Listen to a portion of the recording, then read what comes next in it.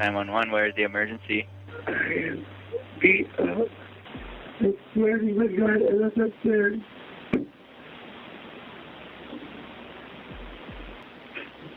I swear to God, I swear to God. My heart sunk. I felt sick. I was like, what do you mean? Like, I was so confused because we knew what I was hearing. I'm bleeding all over. These are the 4 words that 911 operator Hunter Clucas will never forget, and neither will we. Could someone's call for help be your next calling? Such was the case for operator Clucas as he received this shocking 911 call. Today, Hunter Clucas describes exactly what went through his mind as he tried to assist the desperate caller with his alarming situation. My most memorable call is of a young male that called, probably 20 or 30 years old. Listen closely as Clucas stays calm and begins to ask all the right questions, regardless of the circumstances, so that the victim can be reached as soon as possible to receive help. Phoenix 911, where is the emergency? I am beat up. How many other people are in there? I just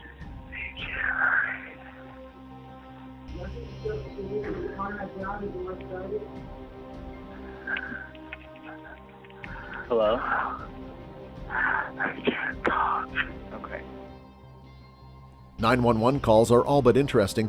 However, 911 call transcripts and audios often fail to present how nerve-wracking it is to be on the other side of the phone call.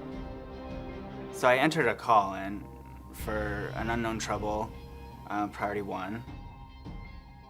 Trying to help the callers to your best abilities, not being overwhelmed by the shock of it all, like our operator Hunter Clucas. How long have you been there? For a couple of days. Did he have any weapons? He has a couple guns. I got thrown underneath the stairs at this person's house. I don't know if he's not there. He was difficult to understand at first.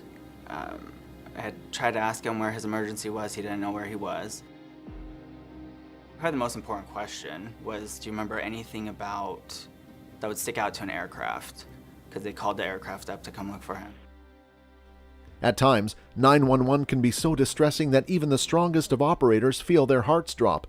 And so in times like such, the seniors at the station come in to the aid of the operators with their years of experience so that the situation can be handled in a mature manner, as many a times the situation is so dire that there's not a second to spare, as that could mean the difference between life and death. He said that the guy was coming back. He said he's coming. I'm adding all this information to the call. His phone was dying, which he had let me know ahead of time. And he needed to go, so I said, well, don't hang up the phone, just leave it open. If you hang it up, I can't call him back. But I can't move, and he has me trapped underneath here. He has you trapped underneath there? You're bleeding all over? Yeah, I'm bleeding all over. How long have you been there for? I'm sorry? Okay, hold on one second. I'm going to get us over to the fire department, okay? Hello? He said that he was being held against his will. It was difficult to understand him because I found out later through the duty report that they had broken his jaw. And outside, there's a white BMW and a white Infiniti. I swear to my God, I left upstairs. I swear to God, I swear to God. I don't have a phone. I don't have a phone.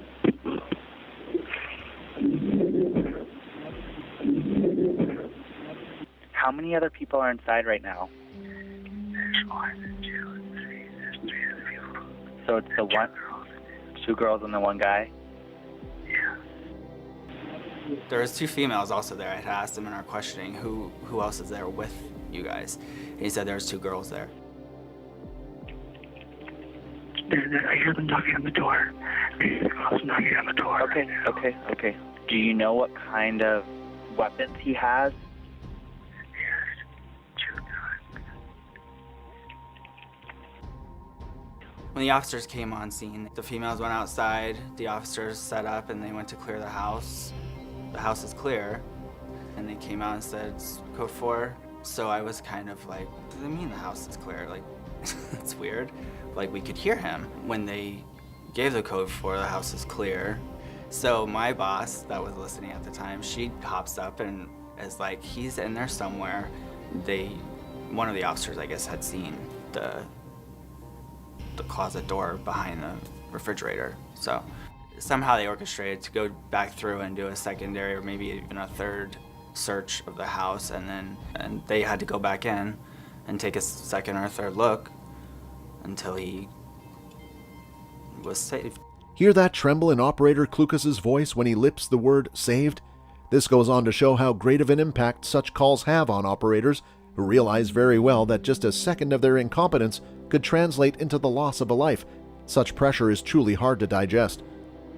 He started to panic a little bit, and he was basically saying he just needed people to get there because if they heard him talking on the phone, they would kill him.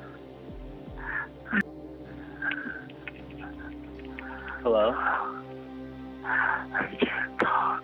Okay.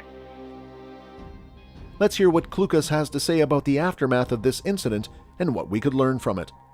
To know what I'm hearing and to make the decisions that I need to make, for my job and for someone else. I felt like I trust myself enough. We don't just rely on technology, number one. I mean, it definitely is a great tool to help us.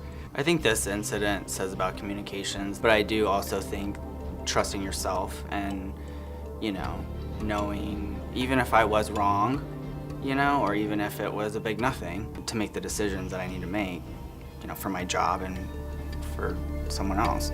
Wow, what a save by 911 operator Hunter Clucas. In a world where we often criticize 911 operators, even some of our own videos, wherein calls aren't handled well or adequately, or too little is done too late, we must always still remember that these social servants help hundreds every day.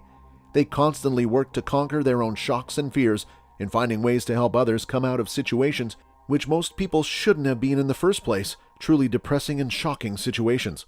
Hunter Clucas saved a life, like many others do on a daily basis, and for that we are ever grateful.